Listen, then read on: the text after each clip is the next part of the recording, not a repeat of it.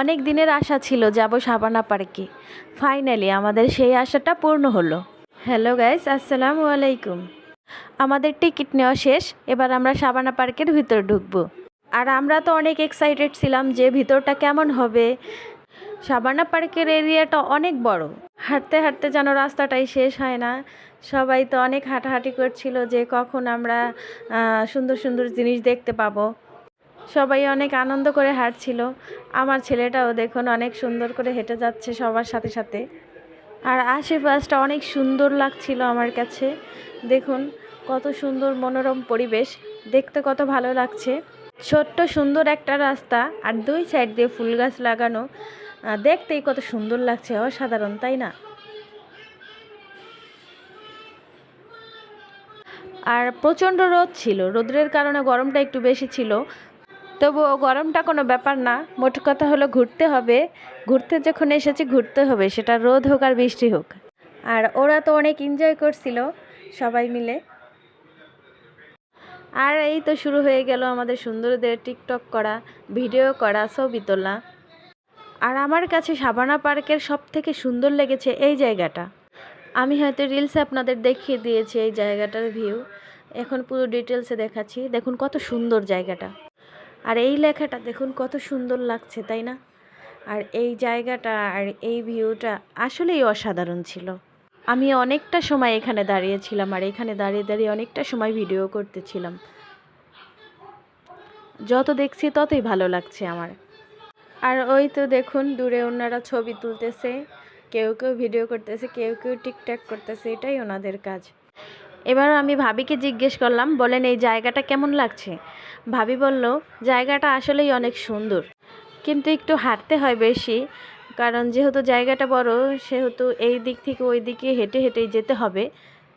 আমি বললাম একটু হাঁটেন, সমস্যা নাই, একটু ডায়েট হয়ে যাবে ঘোরার উছিলায়।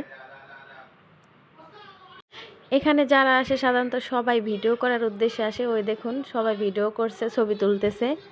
আমার ভাবি হঠাৎ করে একটা কথা বলল, শুনে আমার খুব হাসি পেল, যে দেখো আমরা তো কোনোদিনও বিদেশে যাইনি, এই রাস্তা দিয়ে হাঁটার সময় আমার কাছে একটু বিদেশি বিদেশি ফিল হচ্ছে।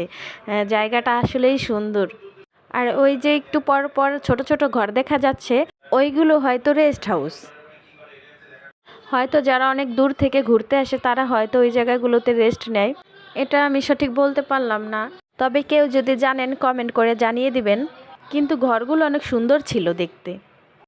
আর হঠাৎ করে এই যে আমরা কি দেখতে পেলাম, এই বিলের মধ্যে মনে হচ্ছে একটা পাথরের পাহাড়। এমন তো কখনো আগে দেখিনি, তাই ভাবি বলল চলো আমরা ওইখানে গিয়ে একটু দেখি ওইখানে আসলে কি পাহাড় নাকি। হ্যাঁ পাহাড়, এটা ঠিক আছে, কিন্তু এটা ছিল সুইমিং পুল। আর ওই পাহাড়ের ফাঁকায় ফাঁকায় ছিল ঝর্ণা সিস্টেম।